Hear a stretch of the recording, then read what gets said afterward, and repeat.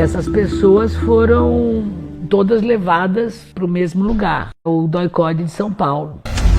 A pessoa veio para cá, entra no cacete. Eram pessoas chorando, gritando. Acabou de entrar o Flávio aí. Os braços amarrados, de capuz. Como a sala onde ele estava era ao lado. Comecei a ouvir os gritos do Vlado. Quando você leva choque, o grito sai das entranhas.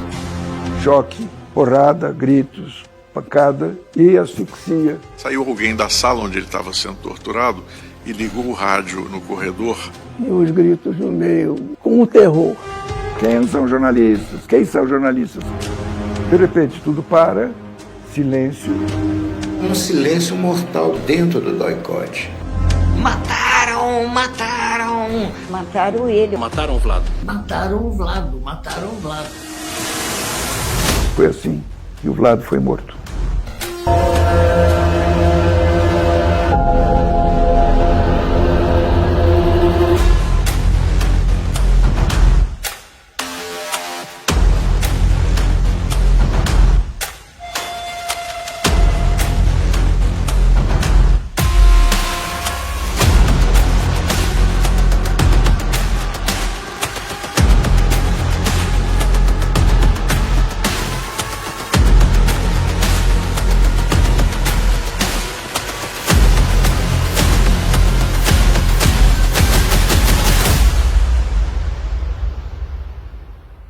Muita gente acha que tudo começou com a morte do Vlado.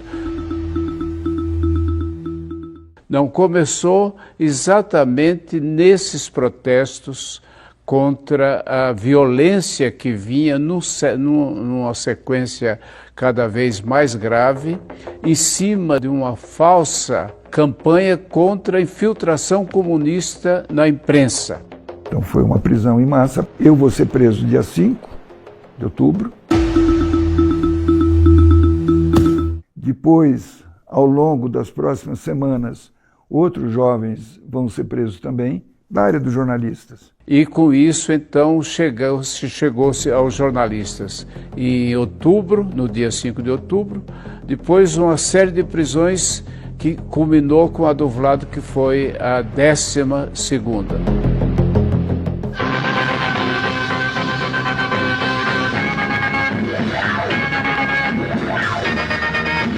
Naquela altura, a TV Cultura tinha 2 telejornais, um na hora do almoço e o Hora da Notícia, à noite, que era o principal telejornal. No dia em que a gente entrou, em que o Vlado assumiu como diretor de jornalismo, no jornal da Hora do Almoço, saiu uma reportagem da Viz News, que não é uma agência de notícias do Camboja, nem da União Soviética, nem do Vietnã, nada disso.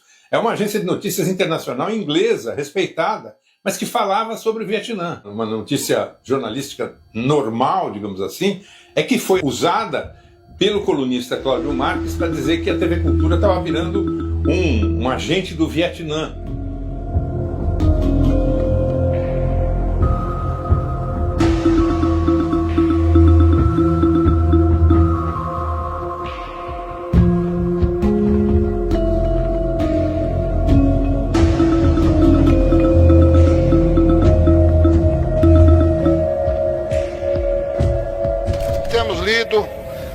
Semanalmente, em coluna 1 de Cláudio Marques, a denúncia da comunização do Canal 2, da infiltração dos elementos subversivos, dos elementos de esquerda no Canal 2. Quero chamar a atenção do senhor secretário de Cultura do Estado, do senhor governador, que venha a público esclarecer definitivamente essas denúncias que estão sendo levantadas pela imprensa de São Paulo e de forma particular, de forma corajosa inclusive, pelo jornalista Cláudio Marques.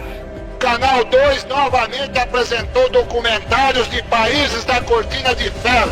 Nós daqui apelamos ao seu governador para que coloque um basta, que mude a direção e que mude, acima de tudo, a linha de sua programação. Esse cerco estava se aproximando e chega dia 17 de outubro, uma sexta-feira. Eu saí da TV Cultura mais cedo, que era 2 dias depois do aniversário da minha então mulher, a Dileia Frati, fui comprar uma bicicleta para ela, dar de presente, estava montando essa bicicleta na porta de casa quando chega uma perua veraneio. E a perua veraneio, para quem viveu aquela época, era um símbolo da ditadura.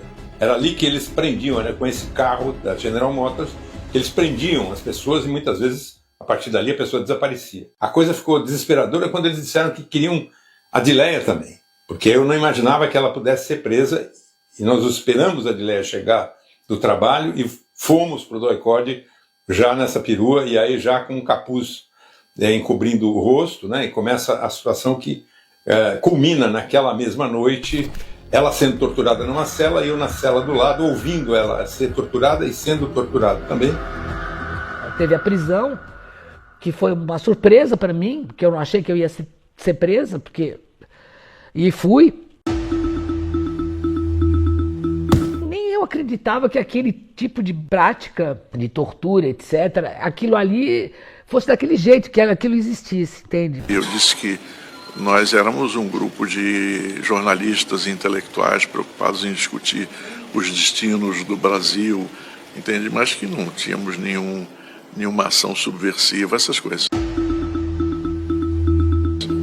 Aí o sujeito se irritou e disse: você está querendo me fazer perder tempo, seu comuna de merda, seu filho da puta. Aí ele passou pelo meu lado, abriu a porta e disse: Marechal, manda vir uma equipe aí e manda trazer a Pimentinha. Eu achei aquilo estranho e fiquei imaginando o que seria a Pimentinha. E confesso a você que eu não me senti bem pensando no que seria a Pimentinha. Na minha vez de ser interrogada, né, eu falei: isso é um engano, eu sou católica, sou da família, sou da tradição, e vou batizar minha filha depois da manhã, dia 19 de outubro, na igreja de São Francisco, às 11 horas da manhã. Na manhã de domingo, dia 19 de outubro, alguém lá do DOI-CODE me tirou da cela e falou: você sabe que dia é hoje? Eu falei: não tenho a menor ideia. Era para ser o batizado da minha filha. Aí esse sujeito disse: então, para a gente mostrar como nós não somos insensíveis, nós vamos soltar você e a Adileia para ir ao batizado da sua filha. No domingo de manhã, eles vieram com a roupa que a gente tinha sido preso, mandaram o Marco botar a roupa, eu botar a roupa, e saíram com 2 caras que a gente nunca tinha visto, saíram com a gente numa daquelas veraneios que eles saíam, e foram com a gente até o batizado. Eu, na volta da igreja para casa, da onde a gente voltaria para o DOI-CODE, eu consegui botar minha sogra no carro do DOI-CODE e ir no carro com meu pai. E relatei para ele o que tinha acontecido sob tortura, que o nome do Vlado estava lá já inscrito entre os militantes que iam ser presos, e pedi para ele avisar o Herzog. Tira férias, vai para fora, faz alguma coisa, sai de circulação. Era esse o recado que a gente mandava fazer, entendeu? Meu pai foi lá falar com o Vlado e o Vlado disse: olha, desculpe, eu não estou entendendo o que você está falando, seu filho talvez tenha se confundido, eu não tenho nada a ver com essa história. E não tomou nenhuma providência no sentido de avisar os outros companheiros que isso tinha acontecido até quinta-feira. Na quinta-feira, poucos dias, 2 dias antes dele se apresentar e de ser morto, ele falou isso. Eu acho que o Vlado, de certa forma, ele achava que ele tinha algum respaldo, entendeu? Ele era o chefe de jornalismo da TV Cultura. Talvez a questão que tenha mobilizado o Vlado para não sair de São Paulo, não tomar providência, é o fato de que ele não queria dar a mão à palmatória. Ele não queria, vamos dizer assim, admitir o seu envolvimento com o partido, e, portanto, validar aquela campanha toda da TV Cultura vietnamita, dos comunistas na TV Cultura. E isso, obviamente, custou a ele um preço altíssimo. Eu estava lá em casa. Aí chegaram 2 casos, um caso de policial. Onde ele está? Ele está no trabalho, TV educativa. Aí ele saiu, eu imediatamente liguei para o Vlado, falei com ele, falou: eles estão indo para aí. Eu vou pegar as crianças e vou correndo para ele. Eu achava que eu ia chegar antes, mas quando eu cheguei eles já estavam lá. Vários jornalistas presos, de repente vão buscar o Vlado lá na TV Cultura. Conseguiram combinar com eles de o Vlado terminar o trabalho dele, ir para casa, e no dia seguinte ele se apresentaria. Eles exigiram que fosse uma pessoa, para garantir que o Vlado não ia fugir. Uma pessoa lá da TV. Havia jornalistas que cobriam o Segundo Exército, porque o Exército era uma força super importante, por todas as questões da ditadura. né? E esse Paulo Nunes acaba sendo a pessoa que acompanha o Vlado quando ele se apresenta, entre aspas, no dia 25 de outubro. Depois de algum tempo, o mesmo carcereiro veio nos chamar, a mim e ao Duque Estrada. E aí nós saímos, guiados por ele, e entramos numa sala ao lado da sala onde nós estávamos, no próprio térreo. E o Vlado estava lá. E a gente, de vez em quando, levantava um pouquinho, com cuidado, né, a ponta do capuz, e via as pessoas assim sentadas, mas via mais as pernas e os pés. Você conhece o cara há anos, trabalhou com ele o tempo todo na mesma sala, até compramos sapatos juntos, então eu identifiquei logo que era ele. Nós dissemos, eu disse, olha, o lado está tudo aberto. Já ficou tudo aberto. Aí ele disse para mim, mas Tuca, não tem nada com isso. O desfecho dessa história, que eu não acompanhei, a não ser dentro da prisão, numa situação também surreal, tem a ver muito com essa insistência que o Vlado tinha de dizer que ele atuava dentro dos limites possíveis, né, de um jornalista, de um diretor de jornalismo de uma emissora pública, né, e não fazia nada além disso. Né, e isso é rigorosamente fato. Como a sala onde ele estava era ao lado, nós logo começamos a ouvir os gritos dele, né? Aí ele começou a levar porrada. Ouvimos primeiro os gritos dele como quem está levando socos e tapas, etc. Mas depois os gritos dele se modificaram e eram gritos típicos de quem está levando choques elétricos. Que os gritos são diferentes. Inclusive, quando você leva choque, o grito sai das entranhas, entendeu? Ele não vem aqui da garganta, ele vem lá de dentro, né? Aí depois botaram alguma coisa na boca, provavelmente um pano, mas ele continuava gritando, e eles até saiu alguém da sala onde ele estava sendo torturado e ligou o rádio no corredor, e o rádio estava dando, eu me lembro desse detalhe, a notícia de que o generalíssimo Franco estava morrendo e tinha recebido a extrema-unção em Madrid. Aí os gritos demoraram algum tempo, depois tudo parou de novo. Então os pássaros cantavam, mas num silêncio mortal dentro do doicode. Quer dizer, eles que tocavam campainha, batiam porta, de repente passaram a fazer um silêncio reverencial. Passou-se algum tempo, aí eles nos retiraram todos da sala e levaram para o andar de cima, supostamente para reconhecer algumas fotos. Ninguém sabia quem eram as pessoas das fotos. Na verdade, era uma manobra para nos tirar daquela sala, porque o corpo do Vlado teria que ser retirado por ali. Ali era o caminho de entrada e saída, entendeu? Então ele já estava morto, mas nós não sabíamos. No dia seguinte, o comandante do DOI-CODE nos chamou, só os jornalistas, para dizer que o Vlado tinha se suicidado. Você imagina um enforcamento, você já imagina alguém amarrado alguma coisa no teto e se pendurado do lado da cadeira. Então você nunca imagina que uma pessoa com o pé no chão... O senhor serviu para fotografar uma fraude, a gente pode dizer isso? Sim, hoje sem dúvida. O senhor tem certeza disso? Tenho certeza. E mais importante de tudo que ele falou foi ele dizer aqui que ele tem dentro de si a certeza, pelo que ele viu, pelo que ele viveu, pelo que ele fotografou, pelo que ele ouviu, que o Vladimir Herzog foi assassinado. Você acredita que você foi um colaborador da ditadura civil e militar no Brasil? Eu não acredito, eu não me vejo dessa forma. Eu me vejo como um estudante de fotografia que alguém convida para um treinamento, achava que era um treinamento e na realidade não era um treinamento, era um caso super sério. Agrediram ele de forma violenta e ele morreu na tortura. E eles tentaram pendurar ele na vidraça, né? Como se ele tivesse se matado. E depois foi mostrado que era uma farsa. Ele assinou uma confissão e não se conformou com ter dado aquela confissão e rasgou. E os torturadores ficaram revoltados e foram para ele com uma violência que o físico dele não tinha condição de suportar. Ele era muito frágil, muito magrinho, ele morreu ali. Chamaram ao Duque, ao Rodolfo, Marcum e eu.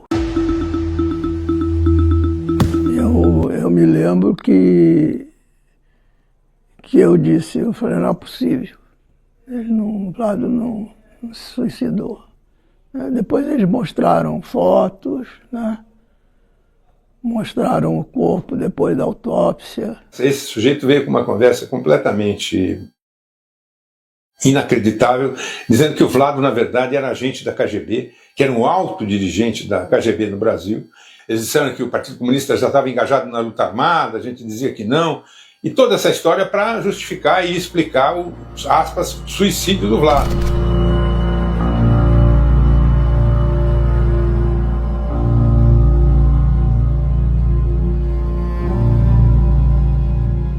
Alguém da Veja me avisou. E eu fui para a casa da Clarice com esse intuito de avisá-la. Quando eu cheguei, a Clarice já sabia. 4 pessoas da TV Cultura foram avisá-la. Minha mãe, quando soube que meu pai tinha morrido, ela imediatamente falou, mataram o Vlado. Não, ele se suicidou, ele nunca se suicidaria. Tinha uma família, amava a vida. E quando o pessoal chegou do Canal 2, na hora que eu olhei, eu comecei a berrar que tinha assassinado o Vlado, isso eu tinha certeza.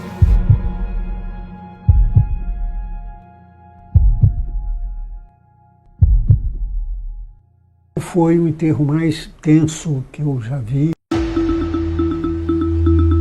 Nunca vi depois outro assim com tanta tensão, tanto medo. Então nós fomos com carros acompanhando aquilo e tal, e a polícia inclusive obrigou o carro a acelerar de propósito, para acabar com o movimento ali, com aquela carreata e tal, né? Quando nós chegamos no cemitério, o corpo já tinha baixado lá.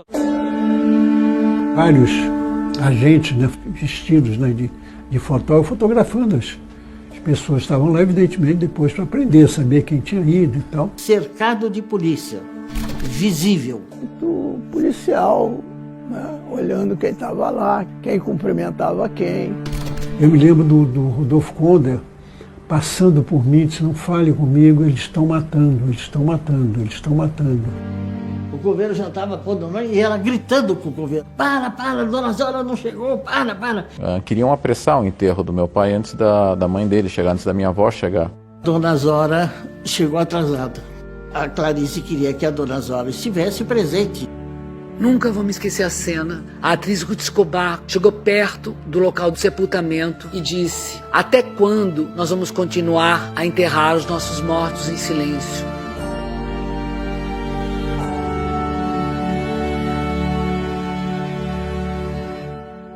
O Vlado foi o primeiro preso, torturado e morto por razões políticas que teve o enterro público. Nenhum outro teve. Eles tentaram apressar, mas o fato é que tinha lá muita gente. Isso acontece de manhã, né, na segunda-feira, dia 27, e combinam de se encontrarem à noite no sindicato. E essa plenária, com o acolhimento da diretoria, que vai encaminhar as coisas que vai resultar no ato ecumênico, no dia 31 de outubro.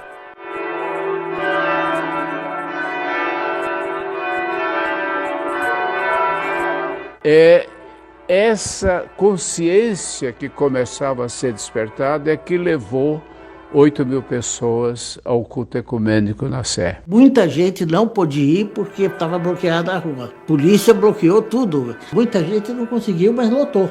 Eles não conseguiram segurar o ato. Eu fui ameaçado. 2 generais do governo militar naquela época vieram aqui para me convencer que o meu lugar não era lá na catedral. Eles disseram: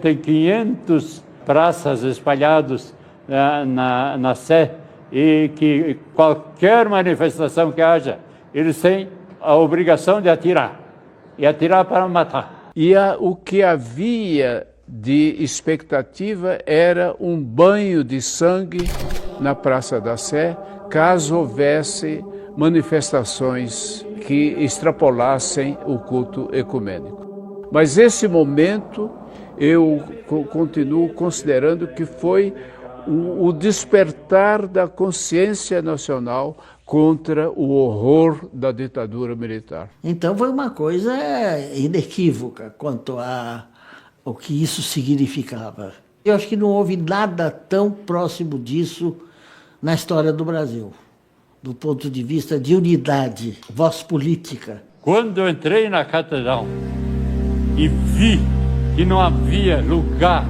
nem para um fósforo, eu me enchi de esperança em favor do povo brasileiro. Preparas-me uma mesa na presença dos meus adversários. Unges-me a cabeça com óleo. O meu cálice transborda. Um momento de silêncio para se criar clima de oração e de solidariedade entre os homens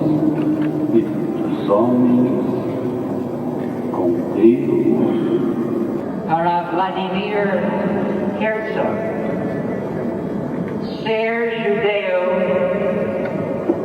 significava ser brasileiro.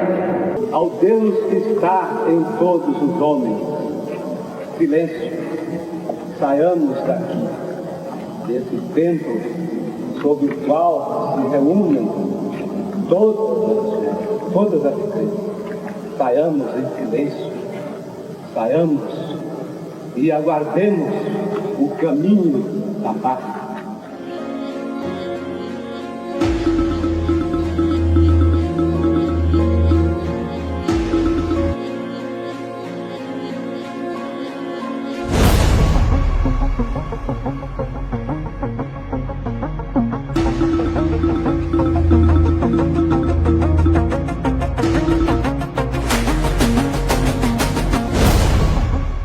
A revolta muito grande, que ninguém esperava a morte do Vlado. É o momento em que as pessoas perceberam que estava acontecendo algo de monumentalmente horrível nesse país. Ou seja, assassinatos atrás de assassinatos. E havia, paralelamente a isso, por baixo disso, a luta entre os setores mais à direita, os setores da ultradireita, que hoje a gente volta a encontrar em outro cenário, né, de uma democracia, né, esses contra o próprio general Geisel, o general Golbery. O Geisel e o Golbery queriam abrir, estava com o projeto deles, da abertura lenta e gradual, segura.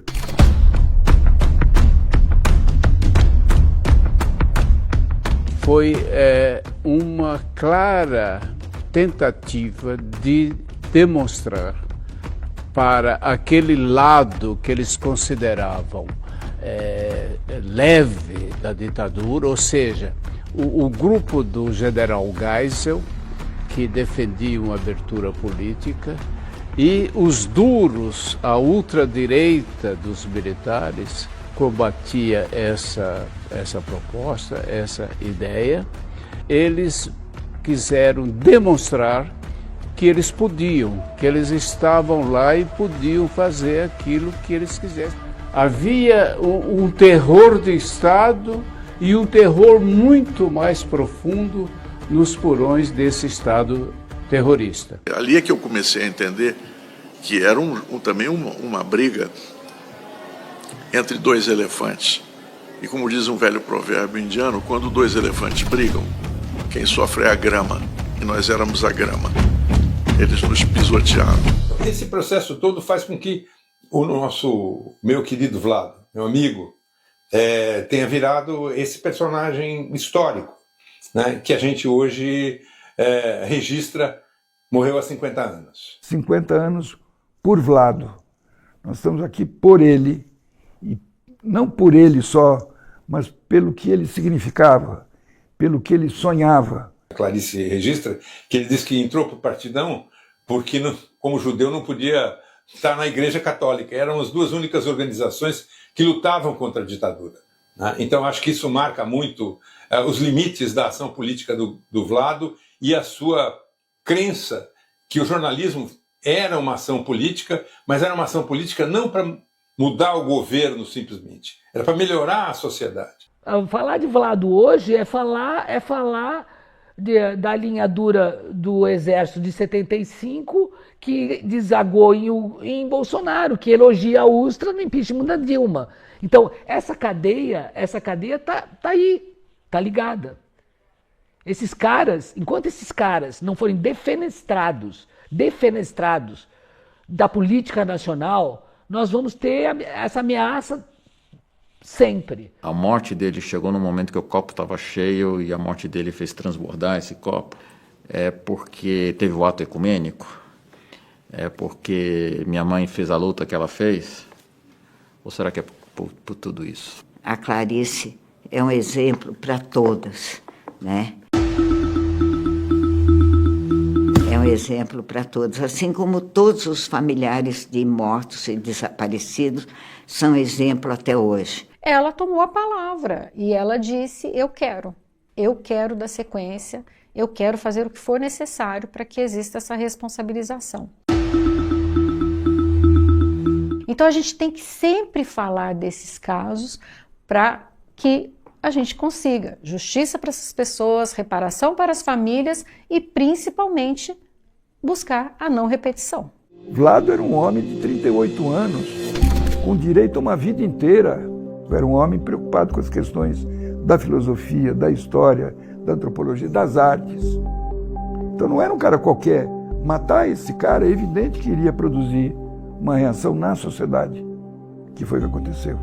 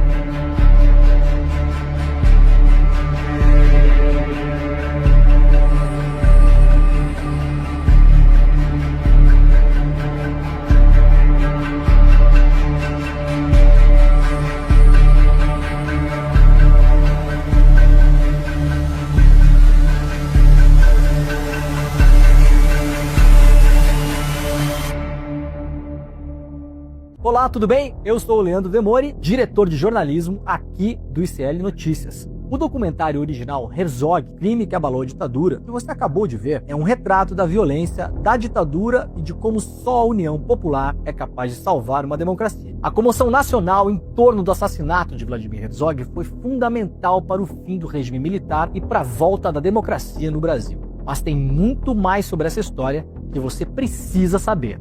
Por isso, continue acompanhando a nossa transmissão. Agora vai ao ar o primeiro episódio do podcast que vai expor a mentira arquitetada pelos militares. Herzog, a foto e a farsa. Você vai descobrir, na voz de Camilo Vanucchi, os bastidores da imagem do falso suicídio de Herzog que armaram para tentar enganar o Brasil, mas que entrou para a história como um símbolo de luta e resistência democrática. Fique conosco e descubra toda a verdade sobre o caso Herzog.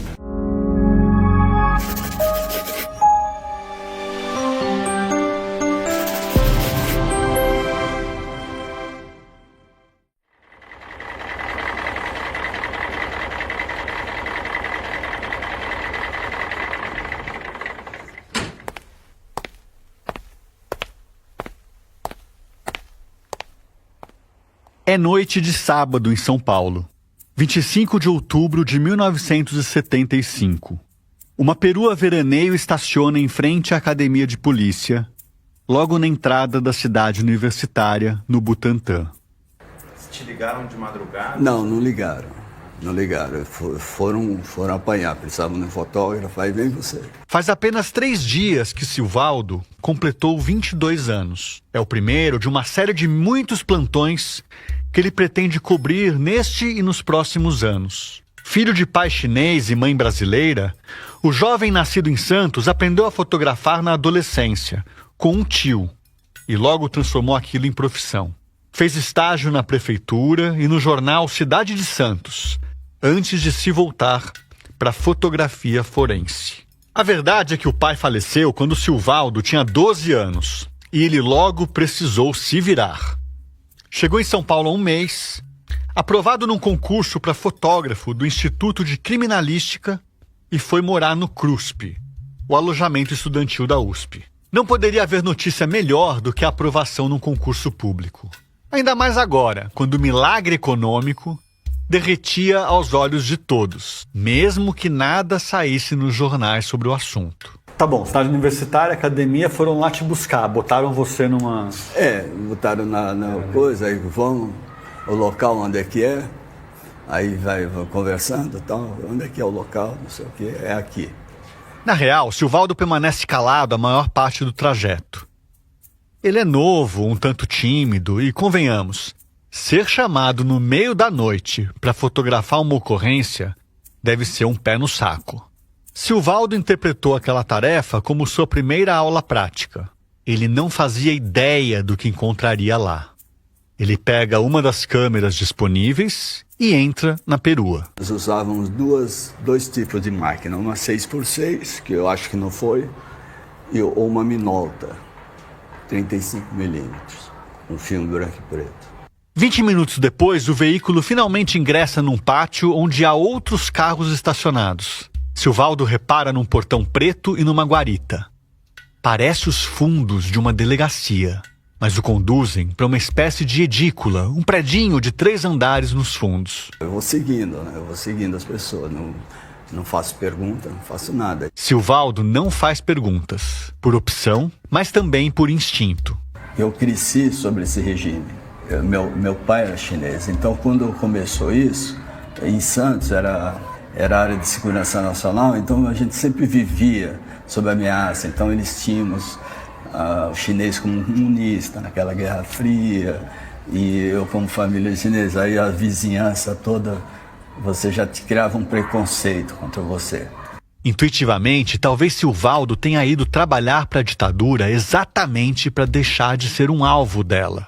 O fato é que o curso de fotografia colocou Silvaldo diante de um dos crimes mais perversos e brutais da ditadura militar que se instalou no Brasil entre 1964 e 85. Silvaldo, quem que te chamou e quem que te recebeu aqui? Você lembra quem eram as pessoas? Não lembro, mas devia ser alguém ligado provavelmente à polícia política. DOPS, provavelmente o DOPS ou o próprio DOI-CODE. Sim, o Silvaldo tinha sido levado para a sede do DOI-CODE, o Destacamento de Operações de Informações, Centro de Operações de Defesa Interna, um órgão do 2º Exército dedicado a investigar e interrogar os subversivos, os inimigos internos, todo e qualquer cidadão acusado de conspirar contra a ditadura e defender, imagine você, a volta da democracia. A primeira vez que Silvaldo contou essa história foi em 2012, para um jornal de São Paulo. Ele vivia no exterior e o Brasil passava por um raro período de ajuste de contas com o passado, em razão das muitas comissões da verdade criadas na esteira da Comissão Nacional, que tinha sido implantada em novembro do ano anterior. Durante solenidade no Palácio do Planalto, a presidenta Dilma Rousseff sancionou a Lei de Acesso à Informação e a lei que cria a Comissão da Verdade, que vai apurar violações aos direitos humanos entre os anos de 1946 e 1988. Em agosto de 2025, produzindo este podcast, localizei o Silvaldo numa rede social e pedi uma entrevista. Fazia mais de uma década que ele não falava com jornalistas e 47 anos que ele morava no exterior, o que me obrigaria a falar com ele por vídeo. O não eu já tenho, pensei. Passados alguns dias, ele respondeu que topava conversar e que Olha que sorte, viria ao Brasil dali a 2 semanas para passar uns dias com a mãe, que tem 96 anos e ainda mora em Santos. Foi aí que eu tive uma ideia. Eu queria saber se você topa ir comigo, de forma muito discreta, pro DOI-CODE. O DOI-CODE, evidentemente, não é mais o DOI-CODE. O local é hoje o 36º Distrito Policial, na Rua Tutóia, Vila Mariana. Na sexta-feira seguinte, eu e o Pedro, que é produtor e roteirista deste podcast junto comigo, fomos até lá para encontrar o Silvaldo em frente ao prédio. Com a ajuda do historiador César Rodrigues, do Núcleo Memória, subimos com ele até o 2º andar do prédio anexo, pela mesma escadinha que o Silvaldo subiu na noite em que foram buscá-lo na cidade universitária, em 1975. Foi lá em cima, eu subi essa escada. A edícula funcionava como uma extensão do mais sanguinário centro de torturas de São Paulo, responsável pela morte de pelo menos 50 opositores do regime entre sua criação em 1970 e meados de 75. O número de pessoas torturadas no local pode ter ultrapassado 5.000 nesse mesmo período. Uma rotatividade impressionante, de 3 pessoas diferentes por dia, em média. Na noite em que chamaram o Silvaldo, a carceragem estava cheia, com pelo menos 90 pessoas presas, muitas delas bastante machucadas. Agora, em 2025, o anexo é um sobrado vazio, quase abandonado, fechado permanentemente e tombado desde 2014 pelo patrimônio histórico. Enquanto caminhamos pelo corredor, Silvaldo tem muita dificuldade para lembrar dos detalhes. Eu para ser sincero, eu não me sinto bem. Quando eu vi agora lá embaixo, é uma coisa que a gente não... Eu realmente não me sinto bem. No 2º andar, Silvaldo se depara com 3 salas praticamente iguais, com os mesmos tacos de madeira no chão e o mesmo vitrô na parede do fundo. Ele não consegue cravar em qual daquelas salas estava a ocorrência que 50 anos atrás ele veio fotografar. Calmamente, Silvaldo para sob o batente da última porta à esquerda. Deve ser esta aqui, ele diz. Na minha opinião, eu acho que seria essa, mas não tenho certeza. Não. Só estou...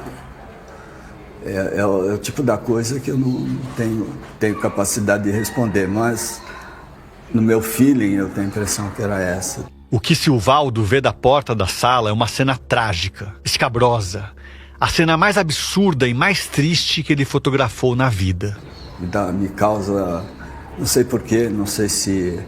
Apesar de eu não me lembrar de como era, eu não me sinto, eu me sinto... me dá uma aflição. Foi tudo muito rápido naquela madrugada. Não o deixaram sequer entrar na sala. Os agentes exigiram que ele fizesse a foto do corredor.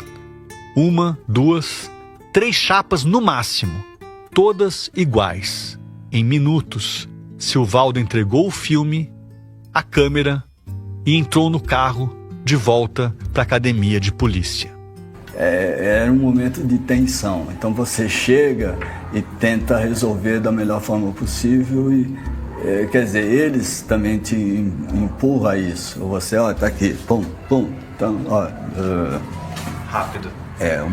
Tipo assim, não é uma coisa muito cordial. Você quer sair dali correndo e... Sair dali correndo. Silvaldo foi embora, mas a foto ficou. Uma foto que, de imediato, provoca incômodo, um desconforto inevitável, mas que também dispara os alarmes do estranhamento. Há algo de errado naquela cena. Ela não podia ser verdadeira. O estranho é o local, né? A posição. Uma farsa grotesca que, em poucos dias, colocou os militares contra a parede e abalou para sempre as estruturas da ditadura. Esse é o caso Herzog, a foto e a farsa. Um podcast original do Instituto Vladimir Herzog, produzido pela Nave Reportagens em parceria com o ICL e apresentado por mim, Camilo Vanucchi.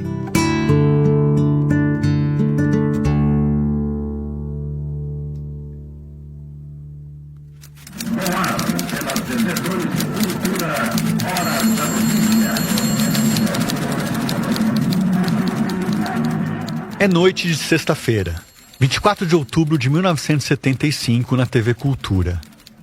Administrada por uma fundação mista de direito privado e vinculada ao governo do estado, a emissora educativa de São Paulo passa por momentos turbulentos. Toda a equipe está com as mangas arregaçadas, trabalhando até tarde para colocar no ar a segunda edição da Hora da Notícia, o carro-chefe do jornalismo do Canal 2. Vladimir Herzog anda de um lado para o outro. Checa os monitores, repassa os textos e as principais manchetes. Faz 1 mês e meio que ele é o diretor de jornalismo da TV Cultura. Aos 38 anos, ele está no auge da carreira. Mas tem algo acontecendo nos bastidores.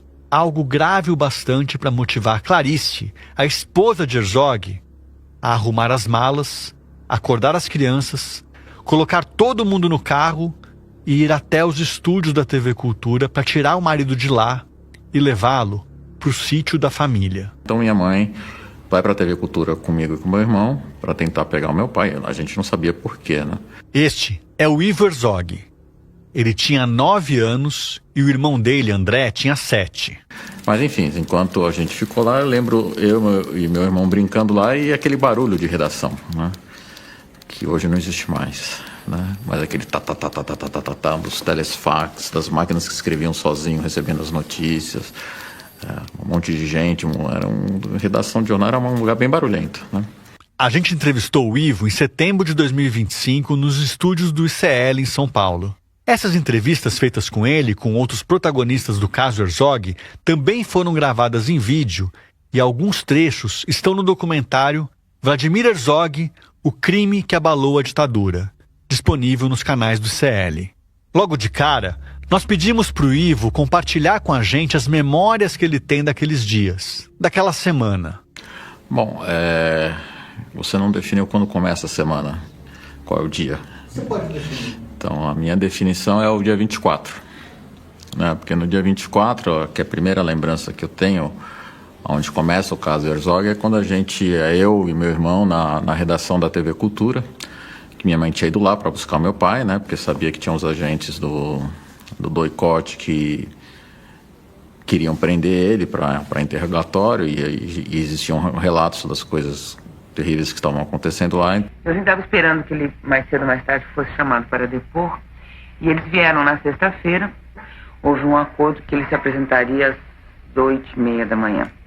Essa aí é a Clarice. A gravação está um pouco pior por um motivo justo. Essa é uma entrevista que ela deu em 1976 para o filme Clarice Eunice Teresa, de Joatan Vilela Berbel. Não foi a gente que fez, portanto. Na verdade, aos 84 anos e com um diagnóstico de Alzheimer em estágio avançado, Clarice já não dá entrevistas em 2025. A gente foi para casa com alguns amigos, ficamos batendo papo. Inclusive, aí começou a discutir como que ele se apresentaria. Porque o que nós queríamos que tivesse testemunha da apresentação dele. Porque você deve saber que existem vários casos de pessoas que simplesmente desaparecem. Sim, Clarice, nós sabemos disso. Mas isso aconteceu depois. Antes de passar para a manhã do sábado, dia 25, a gente precisa contar melhor essa visita que os agentes da repressão fizeram à redação da TV Cultura. E principalmente explicar as razões. Naquela noite, 2 policiais da Paisana foram procurar o Herzog na casa onde eles moravam, na Rua Oscar Freire. Chegaram dizendo que tinha um trabalho para passar para o Vlado, um trabalho de freelancer. Clarice explicou que o marido não conseguia pegar freelas, porque ele ficava na TV Cultura das 8 da manhã às 10 da noite, todos os dias. Inclusive, ela sugeriu que se eles não estivessem acreditando nela, que eles deveriam ir até o Canal 2 e falar diretamente com ele. Assim que os agentes saíram, Clarice tirou os filhos da cama, arrumou as malas correndo e partiu para a emissora. Os militares já estavam lá e tinham montado uma cena. exigiam que Herzog os acompanhasse ao doicode. Diziam que era para prestar depoimento e prometiam dispensá-lo em seguida. Qualquer semelhança com o sequestro de Rubens Paiva em 71 não era mera coincidência. Os colegas do Vlado intercederam, reclamaram a presença do chefe, explicaram que o Jornal da Noite estava para entrar no ar e que o Vlado precisava acompanhar da cabine.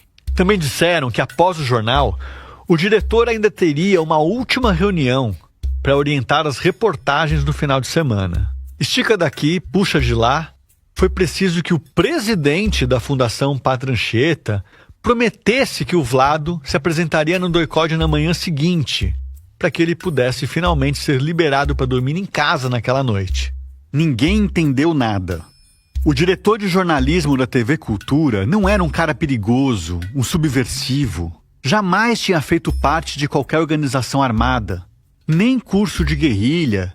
Tampouco pactuava com esses métodos. Ele divergia da ditadura no campo das ideias, é verdade, e tinha habilidade em expressá-las, mas praticamente não escrevia sobre política. Mesmo a aproximação dele com o núcleo de cultura do PCB era recente e não ia além das análises de conjuntura e dos debates sobre a necessidade de dar maior visibilidade a certos assuntos. As pautas sociais, na produção cênica, cinematográfica e jornalística. Em casa, ele havia comentado certa vez que, àquela altura, só havia 2 instituições que ainda faziam alguma oposição: a Igreja Católica e o PCB. E como ele era judeu, não restava alternativa. Vlado era um intelectual, um homem do cinema e da literatura, um jornalista que tinha trabalhado por 3 anos na BBC de Londres e que agora era funcionário de uma TV pública, nomeado pelo governador, com trabalho e endereço fixos. No dia a dia, Herzog não se envolvia sequer em polêmicas, para não despertar atenção. Exceção que confirma a regra, o único registro em vídeo do Vlado que a gente conseguiu localizar é justamente uma declaração polêmica. Sou mais favorável do que contrário à ideia de dublagem. Isso tendo em vista principalmente o tipo de sociedade na qual vivemos. Portanto, seria tornar o cinema estrangeiro mais acessível a um número maior de público, possibilitar a dublagem. A reflexão que ele faz é interessante, principalmente numa época em que metade da população brasileira não sabia ler. Eu também não sou lá muito fã de filmes dublados, mas num país com altos índices de analfabetismo, exibir na TV apenas cópias legendadas dos filmes em língua estrangeira é uma forma de impedir o acesso a esses filmes por parte expressiva da população. E o Vlado era assim, todo íntegro, consciente, responsável e um apaixonado por televisão. Quando eu entrei, o diretor era o Fernando Pacheco Jordão e o Vlado era o fechador. Fechava o jornal para ir para o ar, né? O redator-chefe. Essa voz é da jornalista Rose Nogueira, que trabalhava na TV Cultura naquela época. Rose se refere à primeira passagem do Vlado pela TV Cultura, que se estendeu de 1972 a 74. Depois disso, ele passou um período fora do canal, trabalhando num documentário e escrevendo roteiro para um filme de ficção. Em setembro de 75, ele foi convidado para voltar para a TV Cultura, agora para o cargo de diretor de jornalismo. O amigo Fernando Pacheco Jordão tinha migrado para a Globo e o indicou para a vaga.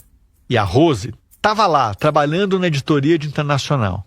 6 anos antes, a Rose atuava na Ação Libertadora Nacional, a ALN, quando foi presa e torturada em 1969, no mesmo dia 4 de novembro em que um cerco policial chefiado pelo delegado Sérgio Paredes Fleury culminou na execução do líder da organização, o Carlos Marighella, inimigo público número 1. Rose sofreu horrores na prisão. Conheceu a tortura e a truculência dos militares. Teve o filho recém-nascido ameaçado. Agora, em liberdade, vivia uma fase de muitas realizações. Então, foi um tempo maravilhoso, na minha carreira profissional e, mais do que isso, um aprendizado incrível. Por exemplo, como usar uma luz se for uma situação dramática. Essa linguagem, você fala isso usando a luz também. Sonoplastia, como é que se faz para preparar um drama? Tudo isso aprendi com o Vlado. Mas nem tudo eram flores nos jardins da TV Cultura. Além da censura, o aparato violento de repressão também rondava a redação da Cultura. Era como uma caça às bruxas, uma intimidação constante contra todos aqueles que demonstravam ter pensamento crítico, que buscavam praticar bom jornalismo como uma arma poderosa de soberania e emancipação.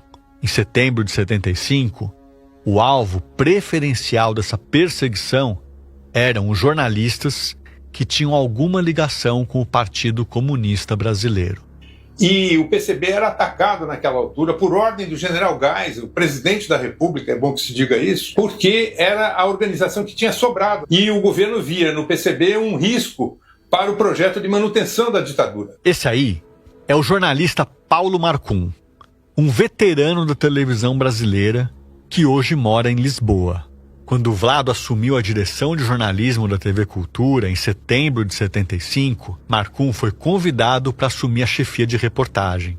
Ele era membro do Partido Comunista, e ser membro de qualquer partido de esquerda durante a ditadura não era nada trivial. Fazia 9 anos que os militares tinham instituído o bipartidarismo no país. Ou seja, desde 66, apenas 2 legendas eram permitidas: a Arena, que defendia abertamente o regime, e o MDB, que fazia o que chamavam na época de oposição consentida. Era um partido do sim e o outro do sim senhor, como se dizia.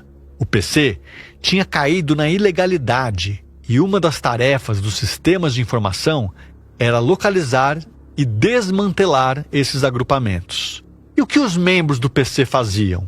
Essencialmente, organizavam formas de resistência pacífica e estratégias de como se contrapor aos ditadores pelas brechas, pelas bordas. Com filmes, peças de teatro, livros e jornais, por exemplo. Nada de armas, guerrilha ou revolução. Depois que a ALN foi dizimada, a guerrilha rural e o Comitê Central do PCdoB foram trucidados, a VPR, a VAR Palmares e tantas outras organizações sumiram do mapa, os canhões se voltaram contra o PCB, para garantir que ele também desaparecesse. Era uma espécie de medida profilática para impedir que o partido se tornasse viável nas urnas, caso a abertura se concretizasse. Essa tese é defendida pelo Sérgio Gomes, o Serjão, outro jornalista ligado ao Partido Comunista que foi preso e torturado naqueles dias. Geisel e Golbery querem abrir? Sim, vírgula, eles querem nos matar. Esse projeto só vai à frente se nós formos eliminados antes. Serjão se refere ao projeto de distensão prometido pelo presidente Geisel. A abertura virá, mas antes queriam eliminar os que poderiam se aproveitar dessa abertura para que ela fosse além dos limites determinados por eles mesmos. Ao mesmo tempo, havia um grupo de militares disposto a toda sorte de manipulação para disseminar o terror e justificar uma guinada à direita, um recrudescimento do regime. A vontade dessa turma, conhecida como linha dura, era se perpetuar no poder. Convencer o Geisel e o Golbery de que a abertura seria um tiro no pé, um erro, uma catástrofe total. A gente sofreu uma campanha muito intensa, e eu digo a gente porque a campanha era dirigida aos, aspas, comunistas da TV Cultura, né?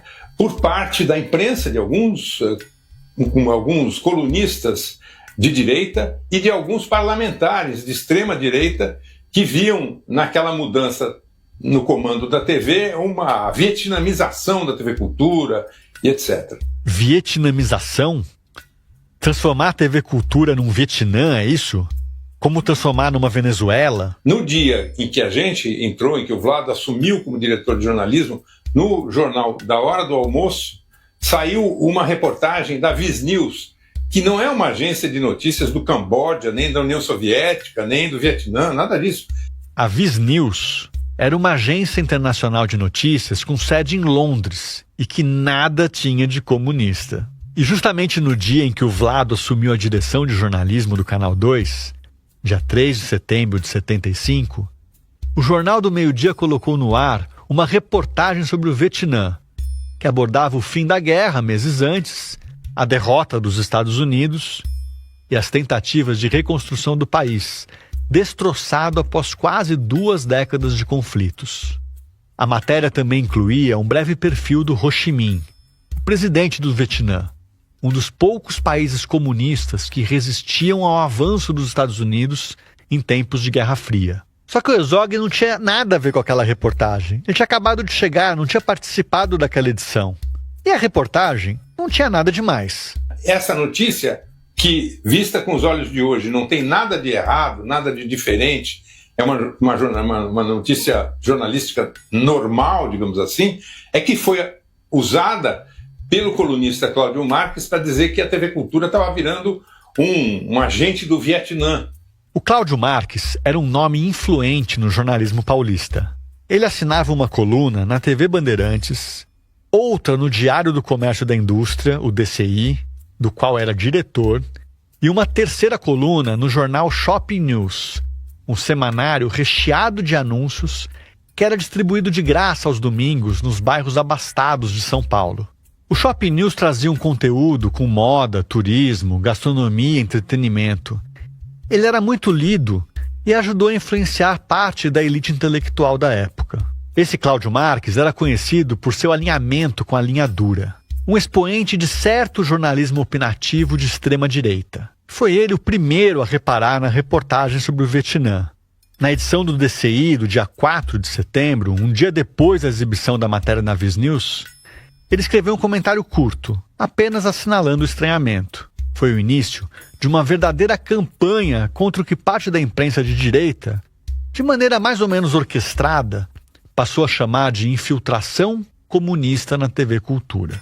A gente recuperou algumas dessas colunas sobre a tal vietnamização da TV Cultura e pediu para Laura Couto, jornalista do ICL, ler alguns trechos pra gente. Oi, gente, eu sou a Laura Couto. Então, logo depois do primeiro comentário do Cláudio Marques sobre o assunto, o jornal Última Hora soltou uma nota bem parecida, já no dia 5 de setembro. A nota dizia o seguinte: bastante comentada por sua oportunidade e qualidade, entre aspas, a reportagem levada ao ar na quarta-feira pela TV Cultura em seu programa noticioso do meio-dia. Inúmeros minutos da programação da emissora educativa foram dedicados à história do Vietnã e às lutas que ali ocorreram nos últimos anos, dando-se especial destaque a pensamentos e a figura de Ho Chi Minh, o líder comunista do Vietnã do Norte. Pode ser que exista alguma razão muito forte para tal tipo de preocupação da TV Cultura, mas não há dúvida que no Brasil existem temas muito mais educativos e salutares. Eu sei. As críticas do colunista lembram certos posts e certas mensagens que circulam em certos grupos de WhatsApp mantidos por certos apoiadores de certos políticos de direita em 2025. Mas tenha um pouquinho de paciência, que essa parte da história é crucial para a gente entender o que vem depois. Passados 2 dias, o Cláudio Marques retomou o tema em sua coluna no Shopping News. Agora, num domingo, 7 de setembro, uma data bastante simbólica, você há de convir. A ladainha é a mesma. A TV educativa continua uma nau sem rumo, repercutindo pessimamente o documentário exibido pelo Canal 2, fazendo apologia do Vietcong. Eu acho que o pessoal do PC da TV Cultura pensa que isto aqui virou fio. E por aí vai, Camilo. A tabelinha dos 2 jornais continuou no dia 11, com o Última Hora retomando o assunto. E seguiu ao longo do mês, resultando na coluna mais virulenta do Cláudio Marques, publicada no dia 28 de setembro. A infiltração, a essa altura, não é infiltração, é domínio total ou quase da esquerda contestatória no sistema e na democracia em vários escalões, só não vê quem é conivente ou burro. O caso da TV Vietcultura extrapolou e muito. Eu vou pular um parágrafo para não me alongar demais. Em seguida, o Cláudio Marques denuncia um suposto esquema da emissora que estaria esperando o assunto esfriar para contratar mais um monte de comunistas. E ele continua. O que me parece cretino é comunista sendo subvencionado pelo dinheiro do Estado. Eu não exijo o atestado ideológico de jornalista, nem quero fazer o jogo de fascistas. Disse o fascista. Ops, quer dizer, o colunista. Bom, acho que já deu para sentir o nível dos argumentos publicados pelo Cláudio Marques. Numa coluna publicada um dia depois do Vlado se apresentar no doicode, quando um total de 12 jornalistas permaneciam detidos ali, ele chegaria ao ápice de escrever o seguinte comentário. Há certas horas em que a gente, com o mais puro sentimento de coleguismo, fica preocupada com os novos hóspedes do Tutóia Hilton. Pois é, pareceu adequado ao colunista comparar o doicode da Rua Tutóia, que o major Carlos Alberto Brilhante Ustra chamava de sucursal do inferno, a um hotel 5 estrelas.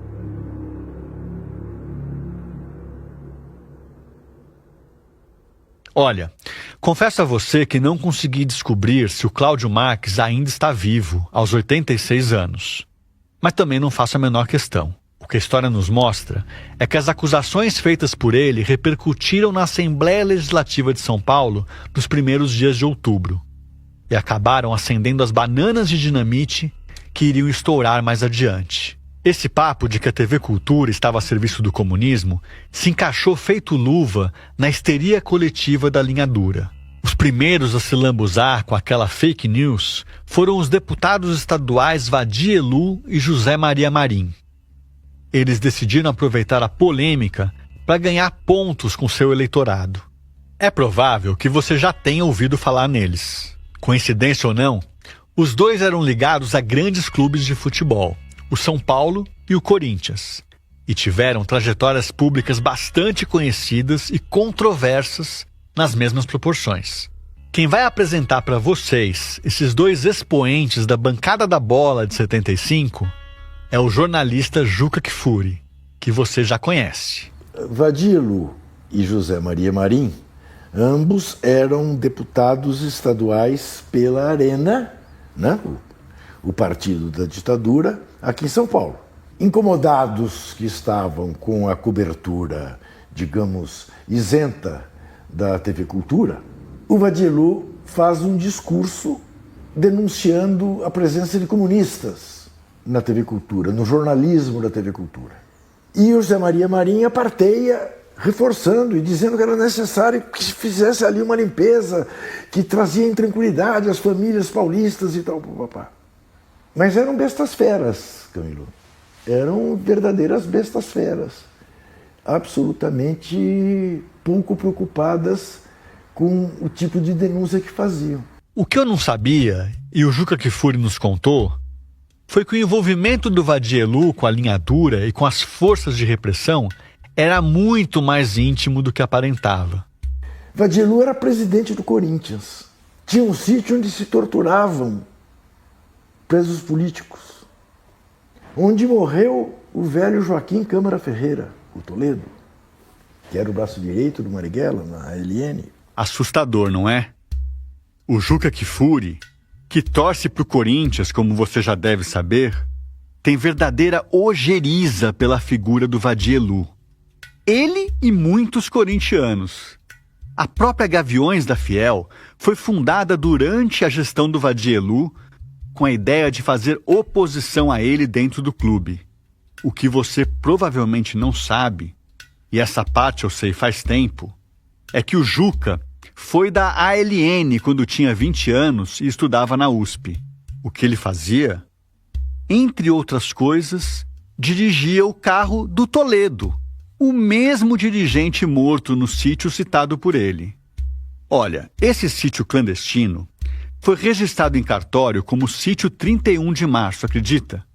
Uma referência explícita ao golpe de 64. No papel, o dono do sítio era o empresário mineiro chamado Joaquim Rodrigues Fagundes. Mas é bem possível que o Vadielu fosse o proprietário de fato, como o Juca nos disse aí. Ou estivesse por trás do empréstimo do imóvel, para os órgãos de repressão. Mas deixa eu retomar o fio aqui. Bom, e o outro deputado? E Zé Maria Marim, em seguida, virou presidente da Federação Paulista de Futebol. Culminou sendo presidente da CBF, né? Preso na Suíça, no escândalo do FIFA Gate. O Marim morreu em julho de 2025. Ele chegou a cumprir pena nos Estados Unidos e foi solto em 2021, durante a pandemia de Covid. Mas não se limitou a isso. O Marim era cleptomaníaco. O Marim, numa premiação de Taça São Paulo de Futebol Júnior, embolsou a medalha de ouro do goleiro do Corinthians. Neste mesmo jogo, um domingo de manhã, 25 de janeiro em São Paulo, verãozão, ele roubou um sorvete de limão do sorveteiro que passa no Pacaembu, vendendo sorvete com a caixa aberta. Ele roubou um sorvete de limão e pôs no bolso. E esqueceu, e derreteu o sorvete. O Juca tem mais algumas histórias surreais sobre o Zé Maria Marim. Uma delas, sobre um gato milionário de energia elétrica que o ex-presidente da CBF puxou durante anos do vizinho, um conhecido empresário, num condomínio de alto padrão. Mas, apresentações feitas, vamos ao que interessa. No dia 6 de outubro de 75, Elu e Marim ocupam a tribuna do plenário da Alesp para discursar contra a infiltração comunista na TV Cultura. As colunas do Cláudio Marques emprestam alguma credibilidade ao que eles dizem. Como se fosse tudo verdade, pelo simples fato de que saiu na imprensa. Está montado o Gabinete do Ódio, uma rede de intrigas improvisada para atacar o governador Paulo Egídio, entusiasta da abertura, e exigir uma guinada à direita. Olha, eu já tinha lido algumas vezes a transcrição desses discursos, mas nunca tinha escutado. Fazendo esse podcast, decidi ir atrás dos áudios. Perguntei para um monte de gente que podia ter esse material e nada. Ninguém tinha. Acabei pedindo as fitas ao acervo histórico da Alesp e conseguimos digitalizar, levando até lá um gravador Akai de 7 polegadas. Pois é, a Alesp não tem nenhum gravador compatível com os carretéis que compõem o próprio acervo. Maurício, o que é aqui? Aqui é o acervo histórico da Assembleia. Mas o que vocês têm? Vocês têm aqui? A gente guarda tem, tudo aqui a gente mesmo? guarda os documentos legislativos. A gente tem os documentos legislativos desde o começo da Assembleia, na verdade desde antes. A Assembleia desde de 1835, os documentos feitos naquela época estão aqui. A Maurícia foi a funcionária do acervo que encontrou os carretéis com as gravações dos discursos que a gente procurava. Ela me traz uma caixa de papelão quadrada com mais ou menos 1 palmo de largura e a anotação Carretel 3126. E mais um fichário com as transcrições de todos os discursos feitos naquele ano e publicados no Diário Oficial. Ela também oferece um segundo carretel, de número 3128, dizendo que encontrou outro discurso do Vadia Elu sobre o mesmo assunto, proferido em plenário 2 dias depois do primeiro. Vai que me interessa. Em poucos segundos, nós damos início à digitalização, em alta frequência. Senhor presidente, nobres senhores deputados. Este é o deputado Vadia Elu. Ele pede a palavra e começa a descrever um evento. A festa de inauguração do serviço de água e esgoto do município de Capão Bonito. Mas se foi tudo festa, entretanto notamos a ausência do órgão de divulgação do Estado, da TV Cultura, Canal 2. É o início das lamúrias do ex-presidente do Corinthians, agora deputado estadual no 3º mandato. E essa ausência não nos surpreendeu. Não nos surpreendeu porque nós temos lido semanalmente, em coluna 1, de Cláudio Marques, a denúncia da comunização do Canal 2, da infiltração dos elementos subversivos, dos elementos de esquerda no Canal 2. Ao longo de 3 minutos, Vadia Elu protesta contra a suposta infiltração comunista. Não temos condições de lutarmos por um país democrático, por um regime democrático, quando uma própria instituição governamental fica solapando essa democracia. Porque na televisão, Cultura, Canal 2, Nós só assistimos jornais mostrando a miséria, mostrando a pobreza, mostrando a desgraça. Eu imagino que você já esteja com urticárias ouvindo isso. Mas aguenta aí, porque vai piorar. Num país como o nosso, que constitui realmente um oásis no mundo de hoje, são esses elementos pagos pelo governo de São Paulo, na emissora de televisão do governo de São Paulo, que pegam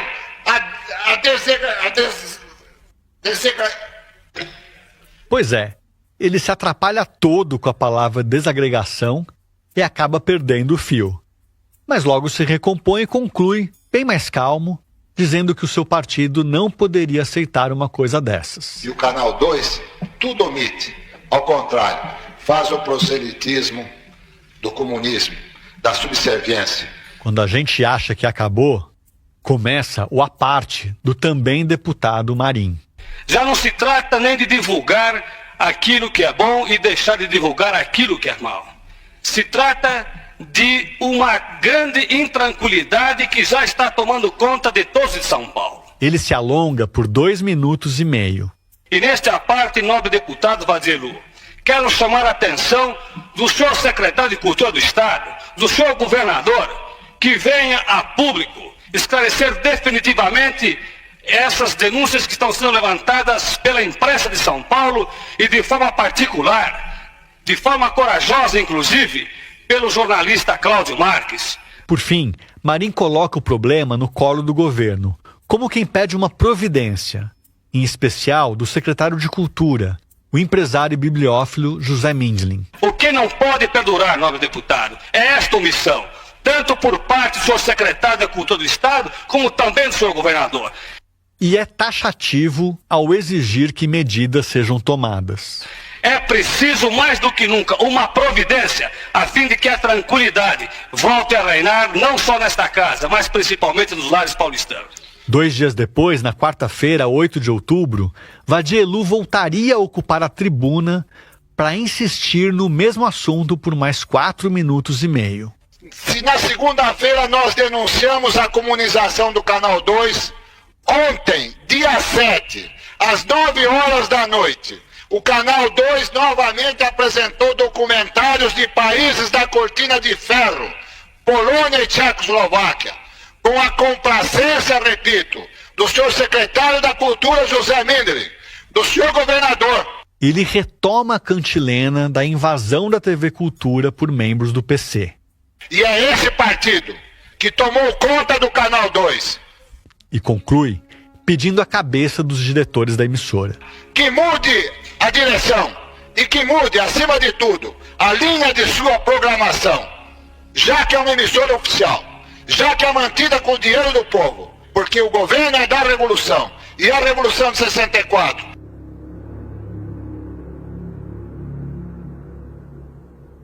Assistindo a tudo isso através do retrovisor, é difícil passar pano para a forma irresponsável com que esses deputados insuflaram opinião pública e atiraram os jornalistas do Canal 2 na Cova dos Leões. Mais difícil ainda, não comparar com os discursos de ódio e as táticas de desinformação empregadas por certa parcela do espectro político nos dias de hoje.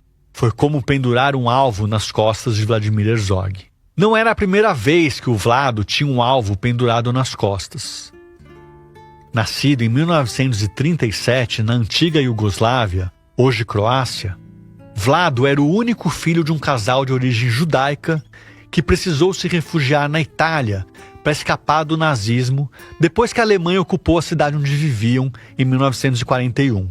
Os avós do Vlado seriam mortos em campos de extermínio. Com o pai, Zygmunt, e a mãe, Zora, Vlado morou durante 4 anos na Itália, metade desse tempo num campo de refugiados, até desembarcar no Brasil, aos 9 anos, no Natal de 46. Era um sobrevivente do Holocausto. Conta-se que o menino aprendeu depressa o novo idioma. Formou-se em filosofia na USP em 1959. No mesmo ano, adotou o nome Vladimir, bem mais comum no Brasil do que Vlado, e estreou como repórter no jornal O Estado de São Paulo. Ele nunca mais deixaria a imprensa. trabalhou pela primeira vez com televisão em 1963 na TV Excelsior.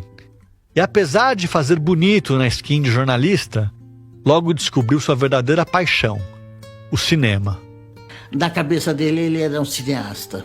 Essa aí é a Fátima Pacheco Jordão, melhor amiga da Clarice e esposa do Fernando Pacheco Jordão, que era o melhor amigo do Vlado. Acredita? Que sorte a desses casais!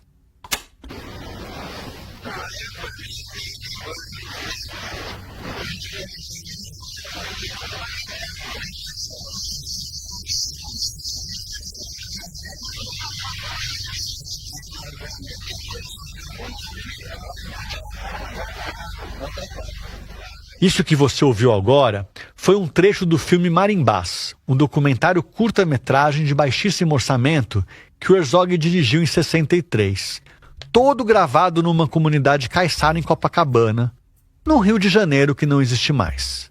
A paixão pelo cinema acabou empurrando o Vlado para os braços da outra grande paixão da vida dele. Isso porque a Fátima trabalhava na Sociedade Amigos da Cinemateca, da qual Vlado era frequentador assíduo e vivia levando a melhor amiga para as noites de estreia. Eu conheci Clarice da segunda série e ficamos logo amigas porque íamos a pé para a escola e fazíamos o mesmo itinerário porque ela morava muito próximo de casa. Depois fizemos, por coincidência, Química Industrial sem nenhuma vocação. Fizemos simplesmente depois do ginásio para poder ter uma renda pessoal e nos libertar, vamos dizer assim, da família, num sentido praticamente econômico. A emancipação econômica que a Fátima e a Clarice buscavam estava em sintonia com a revolução cultural e as ideias feministas que tomavam o Ocidente no comecinho dos anos 60. Clarice tinha 20 anos de idade e uma porção de coisas grandes para conquistar. E ela realmente se identificou muito com esses movimentos, onde começava a haver espaço para as mulheres aparecerem, né, serem respeitadas, terem sonhos e lutarem pelos seus sonhos. O Ivo, filho da Clarice e do Vlado, conta que o avô, pai da Clarice, não lidava muito bem com os arroubos de emancipação da filha. Minha mãe contava que ela ia no cinema, aí na semana seguinte ela pedia dinheiro para o meu avô ir para o cinema de novo. E falou, não, você já foi no cinema esse mês, né? Eu quero ir no teatro, mas você foi no cinema, para que teatro? Então, para ela poder realizar os sonhos dela, ela, Clarice Herzog, fez colégio técnico de química.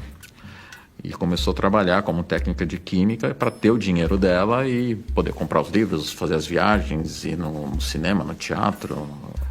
Eu falo isso porque eu acho que é importante entender que ela já era uma pessoa que fazia o que ela achava que era certo. Deu para entender aquele lance de química sem vocação que a Fátima contou agora há pouco, né? Quando a Fátima apresentou o Vlado para a amiga, a Clarice estava noiva de outro rapaz, com quem não tinha nem química nem vocação, e tratou logo de terminar o noivado. Rapidamente se apaixonou pelo Vlado. Foi uma coisa muito rápida. Eles se casaram muito rapidamente. Para ser exato, no dia 15 de fevereiro de 64, um mês e meio depois, o país ingressaria num período sombrio. Sob a nossa responsabilidade, a população do Brasil, o povo, a ordem. Assim sendo, declaro vaga a presidência da República. Quando ocorreu o golpe, imediatamente tanto o Vlado quanto o Fernando fizeram as suas inscrições e postulações para ir para a BBC de Londres. E foram aceitos. Vlado trocou de país pela terceira vez em 1965. Fez as malas, pegou Clarice pelas mãos e foram para a Inglaterra. Fernando e Fátima fizeram o mesmo, alguns meses antes. Vlado desembarcou na Swing in London, como era conhecida a cosmopolita e efervescente capital inglesa, com um contrato de 3 anos com a BBC. a rede de comunicação pública britânica, que àquela altura estava produzindo conteúdo em diferentes idiomas com a intenção de atender a colônias de imigrantes e ampliar seu alcance por meio das ondas curtas. Um dos raríssimos registros em áudio que foram preservados com a voz do Vlado é dessa época, do Serviço Brasileiro da BBC, como ator, acredite, de uma peça adaptada para o rádio. Eu estou no meio do caminho entre a juventude e a meia-idade, como um homem que perdeu o trem. Chegou tarde demais para o último e cedo demais para o seguinte. O que devo fazer? Que sou eu? Um soldado que perdeu a coragem. A guerra foi uma estufa feroz que nos fez crescer à força, como flores numa primavera tardia depois de um inverno inclemente. Ouviram Verdadeiro Demais para Ser Bom. Adaptação para a rádio de uma peça de Bernard Shaw. Aubrey, o papel principal, foi feito por Vladimir Herzog. Na BBC, Vlado pôde se aprimorar nos caminhos da radiodifusão e começou a estudar a fundo como se fazia televisão. Os filhos nasceram em Londres, Ivo em 66 e André em 68. A Fátima conta que a vida dela e a vida da Clarice foram muito parecidas. Casamos com jornalistas, viajamos para Londres, tivemos lá filhos ingleses, ela teve 2 filhos, eu tive 3. Foi uma vida muito paralela nesse sentido. O fim do contrato com a BBC coincidiu com o endurecimento da ditadura militar. Era dezembro de 1968. Clarice e os filhos voltaram para São Paulo e o Vlado desmembrou a passagem de volta para passar uns dias em Roma com um amigo cineasta. Ele, na verdade, ele era para chegar aqui no dia 15 de dezembro. O AI-5 foi no dia 13 de dezembro. E o Vlado não chega. Ele não sabe o que fazer. O que eu faço? Volto para Londres, volto para o Brasil. Ele tomou a decisão de voltar para cá. E os amigos ligaram para ele, falaram, pensa bem se é hora de você voltar, porque a coisa está mais complicada e tal. O que dizem é que a resposta dele falou, não, é mais um motivo para eu voltar. Eu tenho que voltar para o Brasil. Né? Então acho que ele tinha um compromisso muito grande, genuíno, legítimo e de alma, que ele era um brasileiro, que o Brasil o acolheu, ele como um refugiado de guerra. Vlado sonhava com uma sociedade democrática e sabia que isso não viria de mãos beijadas. Era preciso voltar e sonhar junto, e ajudar a construir a democracia que ele queria. Vlado chega ao Brasil ansioso para trabalhar em alguma TV pública na qual pudesse aplicar o que ele tinha aprendido na BBC. Mas ele esbarra na falta de vagas e, principalmente, na escassez de estrutura e de vontade política. O convite para a TV Cultura demora a chegar. Ele envia currículos, faz reuniões, chega a passar uma temporada em Recife, na TV Universitária da Federal de Pernambuco, mas só consegue emprego mesmo fazendo vídeos publicitários numa agência. No início dos anos 70, o Vlado assume a editoria de cultura da revista Visão, começa a dar aulas na FAAP e, em 73, estreia finalmente na TV Cultura, coordenando o telejornal Hora da Notícia, com o Fernando Pacheco Jordão na direção de jornalismo.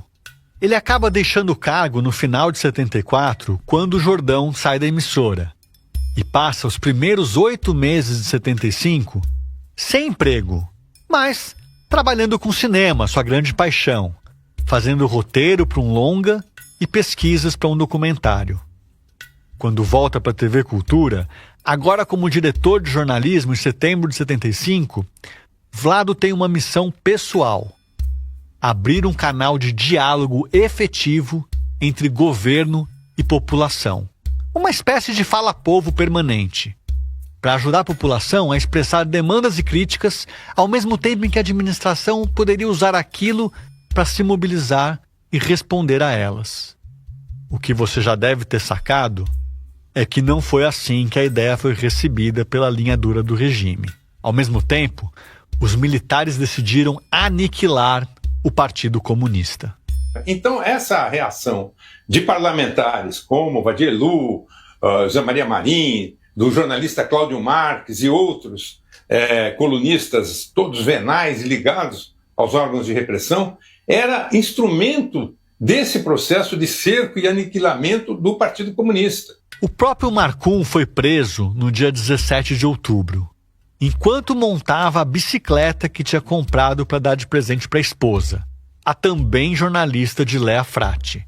E a primeira reação que eu tive ao atender os agentes do DOI-CODE, que se apresentaram como sendo da polícia, não foi desesperadora, porque eu já esperava.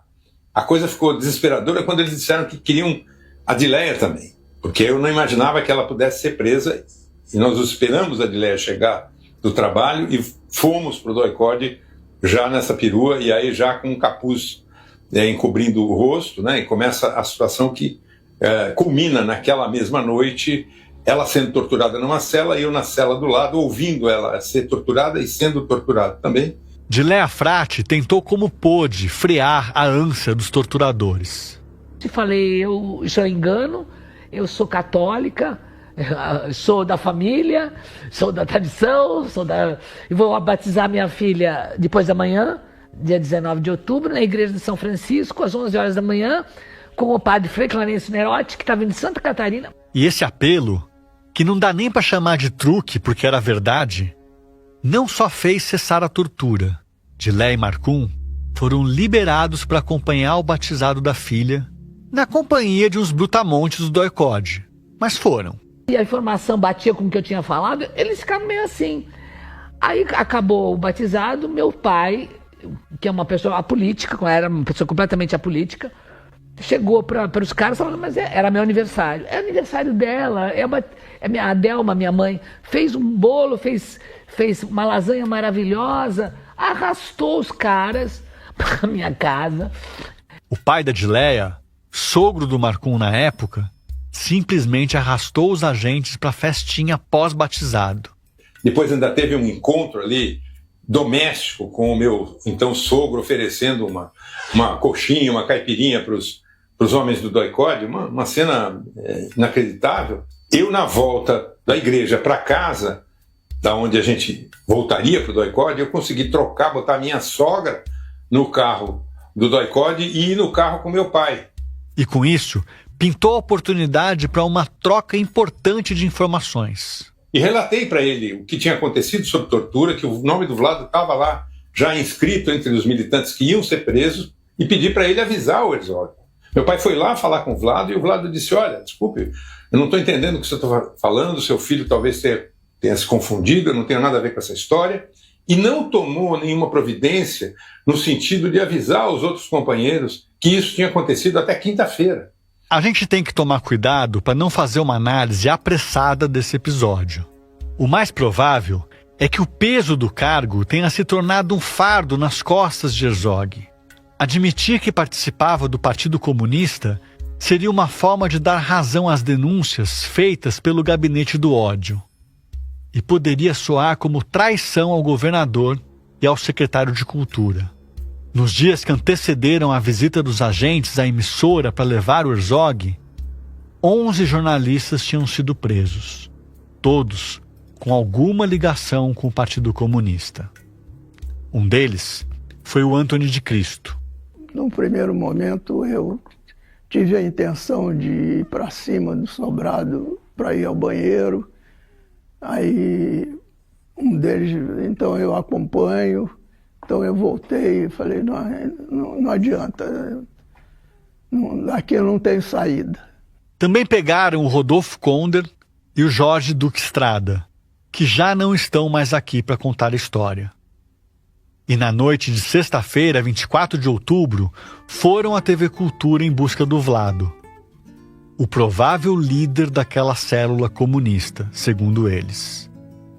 Mas Vlado tinha um jornal para fechar. E teve um dia que o Vlado chamou a gente assim, tinha pouca gente até na redação aquele dia, não tinha tanta. Falou assim, gente, a Clarice esteve aqui por quê? Porque não tinha telefone na época. Essa aí é a Rose Nogueira, novamente, a jornalista que trabalhava com Vlado, que você já ouviu no começo do episódio. Mas a Clarice apareceu aqui, veio aqui, e me falou que a polícia esteve lá em casa. E eu falei para ela, eu falei que eu vou me apresentar amanhã. E o que ele fez realmente, o Vlado se apresentou. A ideia da Clarice era passar o fim de semana no sítio, justamente para que ninguém soubesse onde estão e pudesse buscá-los.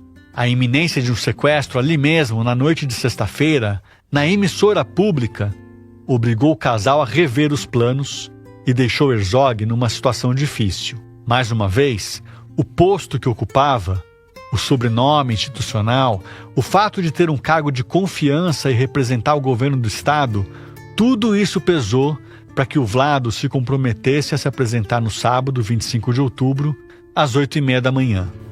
E aí ele falou, eu vou me apresentar amanhã. E agora vamos fechar o jornal. Então fechou o jornal ainda e foi para casa e no dia seguinte se apresentou.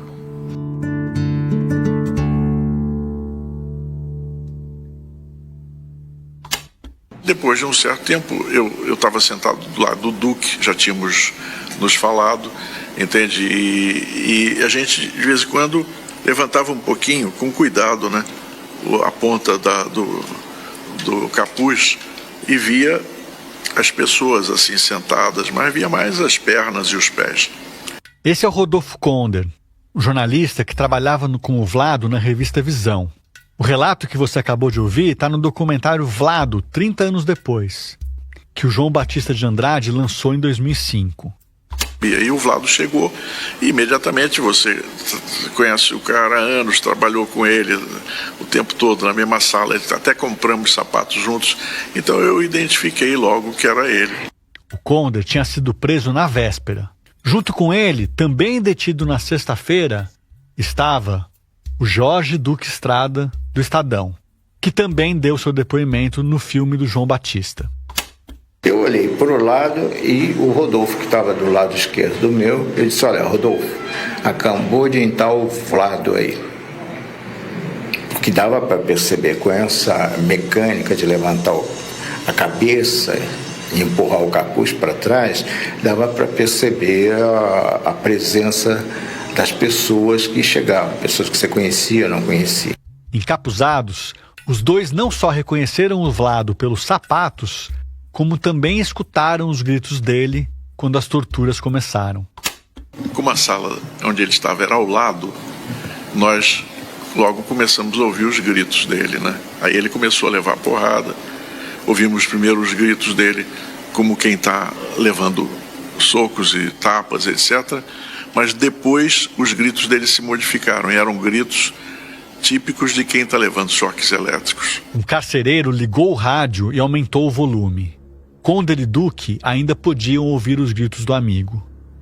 Em seguida, os gritos ficaram abafados, como se um pano tivesse sido colocado em sua boca. Pouco tempo depois, silêncio.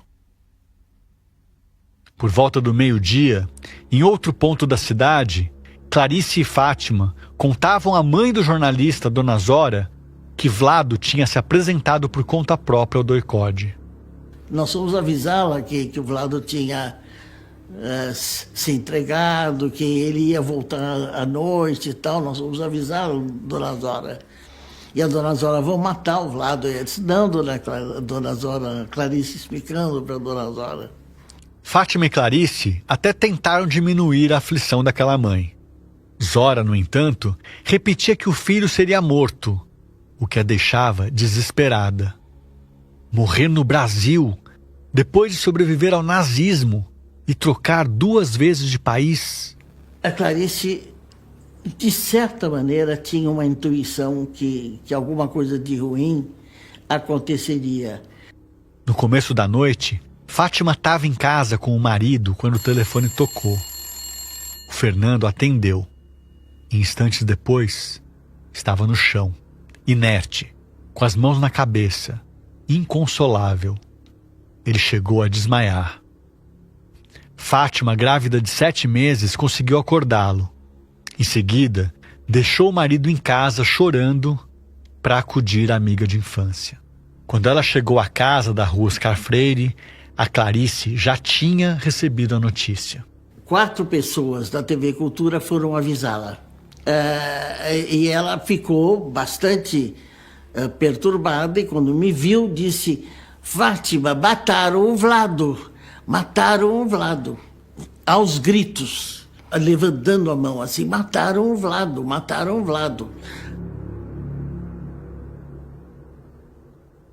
Naquela mesma noite, o jovem Silvaldo, aluno do curso de fotografia forense da Academia de Polícia, foi conduzido ao DOI-CODE para registrar um encontro de cadáver. Você chega com a câmera na mão já? Assim? Já chego com a câmera na mão. E aí aponta a câmera primeiro? E com flash. Estava com flash ligado. Nós usávamos, acho que um frata. E como era um local assim, local de encontro de cadáver, você já vem com a lente normal, você focaliza, centraliza o cadáver e vê. A cena mostrava Vlado sem vida. Um jornalista torturado até a morte, poucas horas depois de ter se apresentado voluntariamente.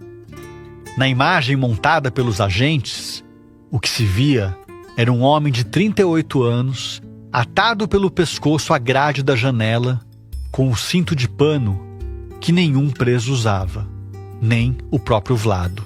Os pés tocavam o chão, ou melhor, se arrastavam. Os joelhos estavam dobrados. Na foto da farsa, feita de madrugada pelo jovem Silvaldo, Vladimir Herzog teria cometido suicídio. A gente pergunta ao fotógrafo se ele notou algo estranho quando encontrou o corpo. É o local, né? A posição. Por exemplo, você imagina um enforcamento, quando você tem ideia, você vai ver alguém enforcado, você já imagina alguém amarrado alguma coisa no teto e se pendurado para o lado da cadeira.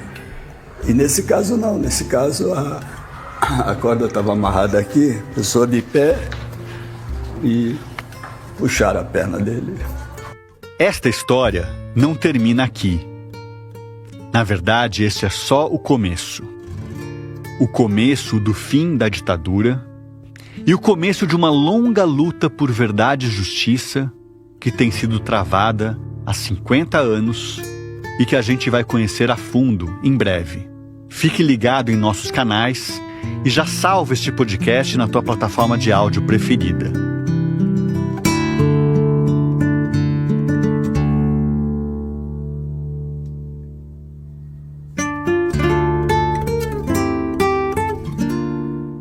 Este é o caso Herzog, a foto e a farsa. Um podcast original do Instituto Vladimir Herzog, produzido pela Nave Reportagens em parceria com o ICL e apresentado por mim, Camilo Vanucchi. Os roteiros eu escrevi com o Pedro Belo, que também fez a direção de locução e a captação de parte dos áudios. A pesquisa e a reportagem foram feitas por nós dois e pelo Antônio Farinassi. A edição é do Felipe Barbosa, que também assina a pesquisa de arquivos sonoros, a ambientação, a mixagem e as trilhas adicionais. A trilha sonora original é do Vitor Mendes e as vozes adicionais são da Laura Couto. Utilizamos trechos de entrevistas que fizemos com Ivo Herzog, Paulo Marcum, Rose Nogueira, Juca Kfouri, Sérgio Gomes, Antony de Cristo, Fátima Pacheco Jordão e Diléa Frati. As entrevistas com Ivo, Rose, Sérgio, Antony, Fátima e Diléa foram gravadas nos estúdios do ICL e em locações. Os áudios foram captados por Ezequiel Dobrovski, Gabriel Pacheco, Anderson Alves da Silva e Alex Amorim, com produção da Bianca Pasquim Santa e do Giovanni Anino, e direção técnica de gravação do Caio Marinato. Os discursos de Vadi Elu e José Maria Marim foram localizados no acervo histórico da Assembleia Legislativa de São Paulo pela Maurícia Figueira e digitalizados pelo Jefferson Barbosa. Para essa empreitada, contamos com o apoio do gabinete do deputado Donato e a intermediação do ex-deputado Adriano Diogo, que presidiu a Comissão da Verdade da Alesp. Usamos áudios do documentário Vlado 30 anos depois, de João Batista de Andrade, do curta Clarice Eunice Tereza, de Joatan Vilela Berbel, do curta Marimbás, dirigido por Vladimir Herzog, da adaptação para o rádio da peça Verdadeiro Demais para Ser Bom, produzida pelo Serviço Brasileiro da BBC de Londres, do canal do Instituto Vladimir Herzog, da TV Cultura, do canal Gov e do Arquivo do Senado Brasileiro. Obrigado pela escuta. Se puder, compartilhe esse episódio com os amigos, siga este canal e divulgue nas redes sociais.